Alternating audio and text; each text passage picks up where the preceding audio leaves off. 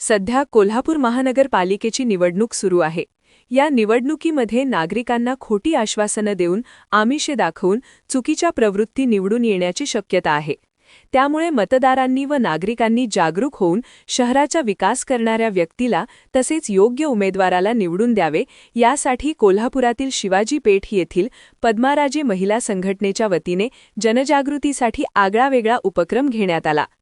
ज्याप्रमाणे कोरोना व्हायरसपासून नागरिकांमध्ये जागृती करण्यासाठी सरकारने थाळी नाद केला होता, त्याचप्रमाणे निवडणुकीत दाखवल्या जाणारी आमिषे म्हणजे एक प्रकारचा व्हायरसच आहे। त्यापासून लोकांनी सावध राहावं, यासाठी जनजागृती करण्यासाठी पद्माराजे महिला संघटनेच्या वतीने थाळीनाद करून नागरिकांमध्ये जनजागृती करण्याचा प्रयत्न केला। शिवाजी पेठ येथील उभा मारुती चौक आणि अर्धा शिवाजी महाराज पुतळा अशा 2 ठिकाणी संघटनेच्या महिलांनी थाळीनाद करून नागरिकांचे लक्ष वेधले।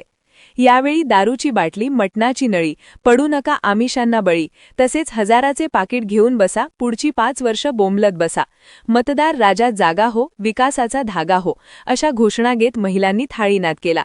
यावेळी संघटनेच्या अध्यक्षा सरिता सासने यांनी नागरिकांनी निवडणुकीत दाखवल्या जाणाऱ्या आमिषांना बळी न पडता योग्य उमेदवार निवडून देऊन शहराच्या विकासाला चालना द्यावी असे आवाहन केले।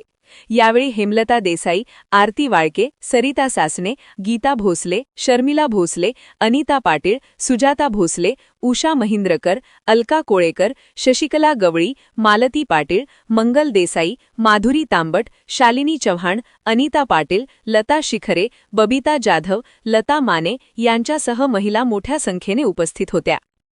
जो आमिषाचा म्हणजे व्हायरस आहे तो कोरोनापेक्षाही भयंकर आहे आणि हा व्हायरस म्हणजे तरुणावळी किंवा पाकिटाच्या रूपात म्हणजे सगळीकडे म्हणजे व्हायरल झालेला आहे आणि हा व्हायरस जो आहे त्याला बळी पडायला नको आणि योग्य व सक्षम उमेदवारालाच निवडून द्यावं असा म्हणजे जनजागृती करण्यासाठी आम्ही आज हा थाळीनाद करत आहोत।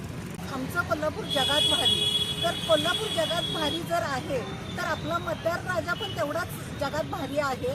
तर मतदार राजानं काय केलं पाहिजे तर योग्य उमेदवारालाच आपलं मत दिलं पाहिजे। योग्य उमेदवाराला जर आपलं मत दिलं तरच योग्य उमेदवार निवडून येईल आणि खऱ्या अर्थानं कोल्हापूरचा विकास होईल।